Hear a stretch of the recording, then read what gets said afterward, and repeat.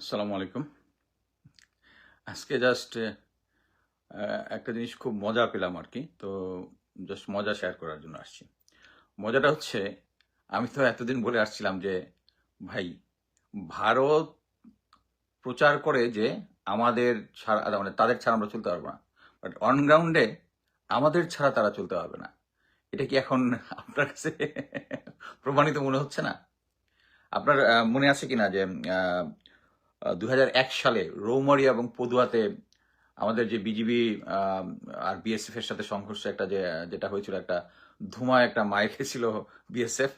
তখন আমরা দেখছিলাম যে তাদের যে টক শো মিডিয়া গরম হয়ে গেছে, পুরা বাংলাদেশকে খাই ফেলবে, এই আন এই ধর এই মার টাইপ একটা অবস্থা। কিন্তু তারা কিছুই করতে পারে নাই, কারণ তাদের লোকগুলো মারা গেছে সব বাংলাদেশের টেরিটরির ভিতরে। বিএসএফ বাংলাদেশের টেরিটরির ভিতরে কি করতে পারে নাই।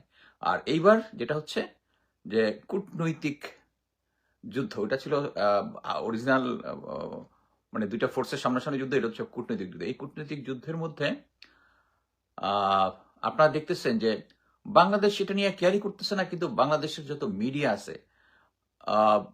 আছে, বাংলাদেশের যত মানে মিডিয়া বলবো, বুদ্ধিজীবী যারা, ইন্ডিয়ার বুদ্ধিজীবী আর বাংলাদেশের ওদের পালিত বুদ্ধিজীবী যেগুলা পাগল হয়ে গেছে। তো আমি কিছুদিন আগে 2 দিন আগে একটা পোস্ট দিছিলাম যে আহ, সবাই এটা নিয়ে কথা বলতেছে যে ডেট দিয়ে দিচ্ছে 22 আর 26 সম্ভবতের মধ্যে চলে যাবে।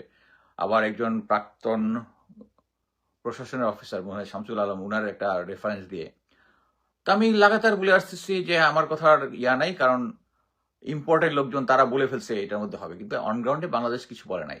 সো এখানে সবচেয়ে দুঃখজনক হচ্ছে যে বাংলাদেশের মিডিয়াগুলা এই ভারতের পক্ষে, এবং ইভেন কতগুলো ইম্পর্টেন্ট মিডিয়া, ইত্তেফাক থেকে শুরু করে অনেক ইম্পর্টেন্ট মিডিয়া, মতি মাহফুজ, এগুলোর তো বাদই দিলাম, যে এরা মানে একদম ভারতের মিডিয়ার সাথে তাল মিলায় তারা প্রচার করতেছিল যে তারেক রহমানের কেন ইয়াতে যেতে হবে। বাংলাদেশের কিছু নামকরা বুদ্ধিজীবী, কুবুদ্ধিজীবী বলি এদেরকে আমরা, তারা কন্টিনিউয়াস কেন বা ইয়াতে যাওয়া উচিত। বাট একটা জিনিস আমি অনেক দিন ধরে বলে আসতেছি যে একটা কূটনৈতিক দেশে আন্তর্জাতিকভাবে দুইটা দেশের সম্মান একই জায়গায়। এখানে কে বড় ভাই, কে ছোট ভাই, কে শক্তিশালী, কে এটার ইম্পর্টেন্ট না। সো এই ক্ষেত্রে ভারতের কেন আমাদের লাগবে, কারণ ওরা ভালো থেকেই জানে ওরা 71-এ আমাদেরকে কেন হেল্প করছিল, পাকিস্তানকে ভাঙার জন্য। কারণ ওয়েস্টার্ন ফ্রন্ট, ইস্টার্ন ফ্রন্ট একটা যুদ্ধ লাগলে তারা দুই দিক ম্যানেজ করতে পারবে না। এবং তারা যদি পাকিস্তান যদি থাকতো, তাদের 7 সিস্টার অনেক আগেই আলাদা হয়ে যেত, ওটা ওরা ভালো করে জানে। এবং বাংলাদেশকে তারা যেটা করে, ওই যে আমি এর আগে অনেকবার লিখেছি, অনেক আগে বলতে আমি বলছি 5-6 বছর আগেও কয়েক লিখেছি, যে বাংলাদেশের প্রতিটা রাজনৈতিক দল তারা মনে করে যে ভারত ছাড়া তাদের চলবে না, ভারত তাদেরকে ক্ষমতায় বসায় রাখবে। ভারত না, এটা হচ্ছে জনগণ আপনাদেরকে ক্ষমতায় বসাবে এবং জনগণই আপনাদেরকে নামাই দিবে যদি আপনার ইয়ে না হয়।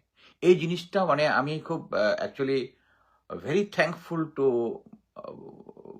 Honourable prime minister. আমি উনার কাছ থেকে এত মানে বাংলাদেশের জন্য এই ধরনের ডিপ্লোমেটিক একটা পজিশন উনি করবেন এটা আমি চিন্তা করিনি, সিম্পলি আমি চিন্তা করিনি।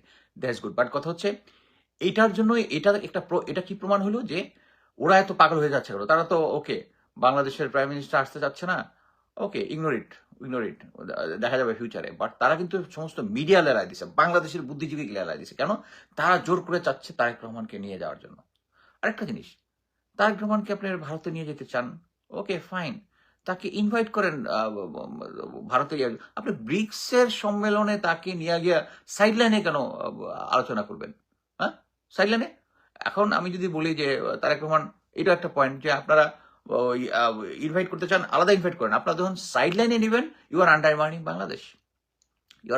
বাংলাদেশ।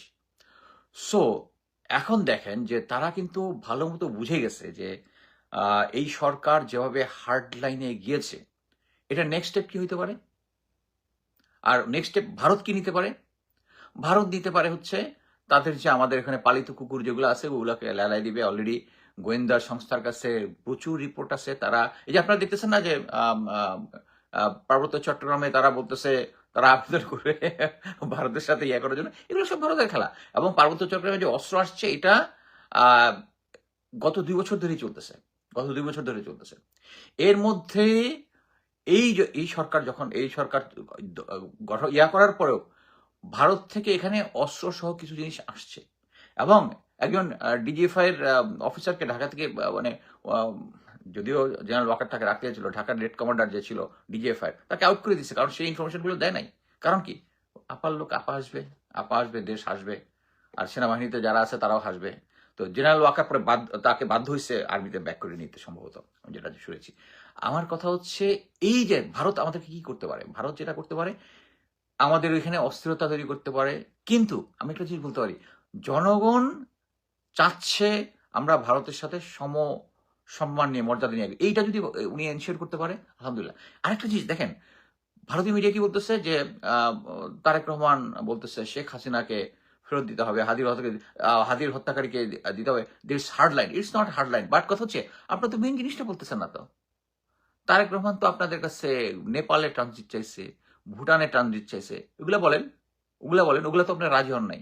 আপনারা যদি এতই ভালো হইতেন তো ওগুলাতে রাজি হয়ে যেতেন। ওকে, ঠিক আছে, বাংলাদেশ শেখ হাসিনা আপনাদেরকে যা যা দিছিল, হ্যাঁ, তা ওইটা লেভেল করেন, আমরা ভুটানে যাইতে চাই, ইয়াতে যাইতে চাই, আমাদেরকে ট্রানজিট দেন, ওইটা তো আপনি দিবেন না।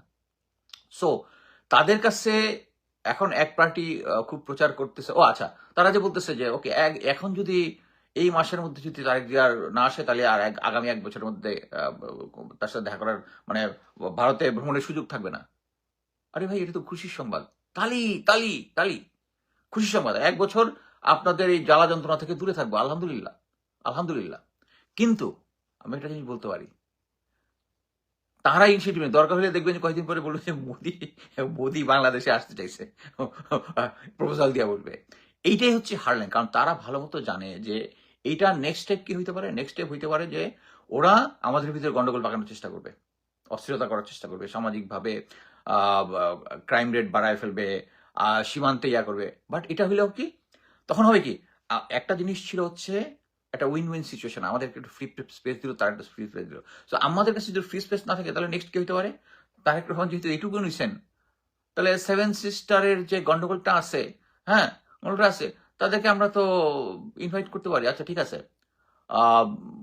বাংলাদেশ যে ফ্রি, অফিসিয়ালি বলবো না, আনঅফিসিয়ালি, যে ভারতের যত 7 সিস্টারের যত আছে, তারা বাংলাদেশের ইয়া ব্যবহার করতে পারবে, এবং তাদেরকে দরকার হলে কিছু ওই যে 10 ট্রাক একবার তো আসছিল, ওটা মানে ওটা তো বোধহয় হ্যাঁ, বিএনপির আমলে আসছিল, হ্যাঁ, পরবর্তীতে আরো একটা 10 ট্রাক অস্ত্র এনে ভিতরে ঢুকে দেওয়া যাবে।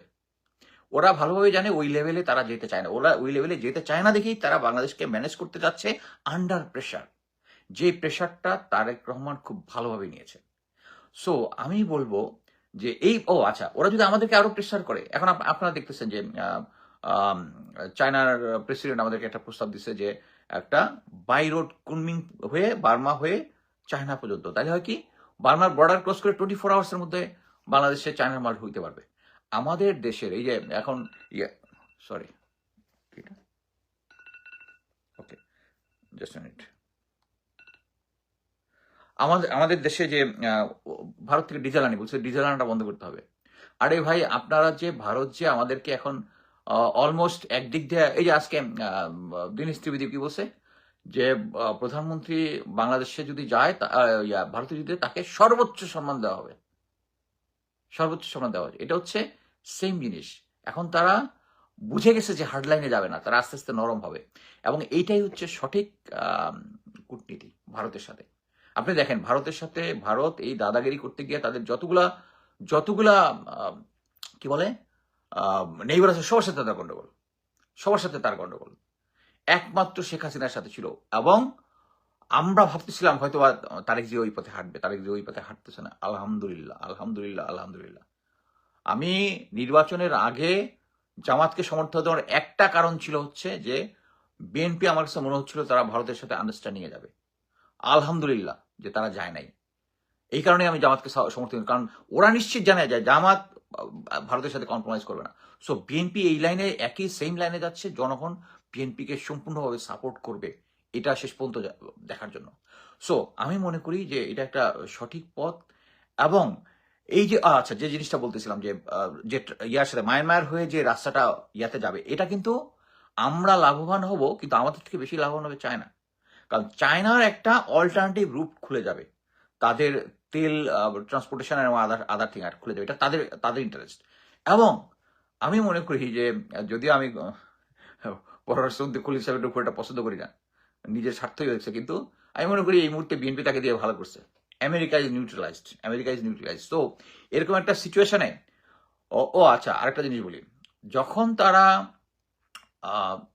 নেগোশিয়েট করার চেষ্টা করছে, ওই ভয়ভীতি দেখায়, আবার বলতেছে তারা, তারেক রহমানকে বুঝাইছে যে আমেরিকা কিন্তু আমাদের সাথে, আমেরিকা আমাদের সাথে। হ্যাঁ, গড হেল্প এই খলিল রহমান থাকায় এই জিনিসগুলো যাচাই করা গেছে যে আমেরিকা আমাদের সাথে আছে, আম, আমাদেরকে সাপোর্ট দিবে, মানে আগে যেরকম লিজ দিছিল ওরকম লিজ দিয়ে দিবে। সো ওই জিনিসটা কিন্তু হয় নাই। শুধু তাই না, আমেরিকা মানে একটা জিনিস হচ্ছে আম, ইসরায়েলিদের যে একটা কনসেপ্ট আছে, সেটা হচ্ছে ইন্টেলিজেন্স কথা, সেটা হচ্ছে take everything give nothing. Same জিনিসটা ফলো করছে ভারত। ওরা আমাদের কাছে সেই যে শেখ হাসিনার সময় দেখেছে, সব নিয়ে গেছে, কিছু কিছুই কিন্তু দেয় নাই। এবং এই যে এই কিছু না দেওয়ার কারণটা হচ্ছে, এই যে দেখেন না সীমান্তের মধ্যে শুধু হত্যা হয়, কেন হয় হত্যা হয়?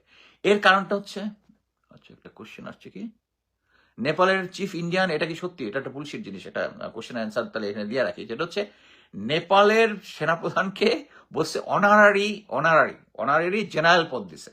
এনআরই মানে তাকে জেনারেল হিসেবে নেপাল রিকগনাইজ করছে, দ্যাটস অল।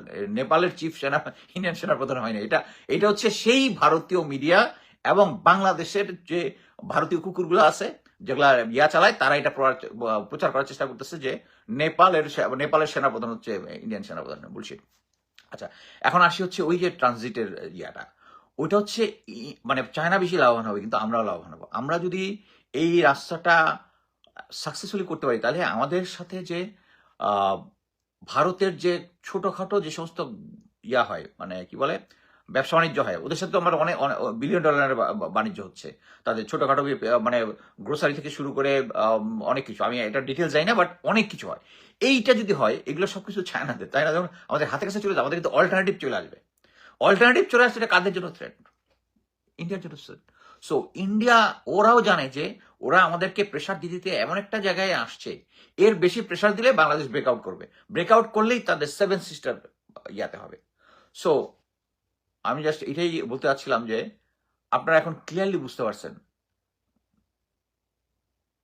আচ্ছা, আপনার, আমি অ্যাকচুয়ালি কোশ্চেন করছিলাম, আপনারা এখন এটা ক্লিয়ারলি বুঝতে পারছেন যে আমাদের যতটুকু ভারতের দরকার, আসলে ভারতের আমাদের বেশি দরকার। এটা বিএনপি সরকার রিয়েলাইজ করতেছে। আমরা এটাকে পূর্ণ সমর্থন করি।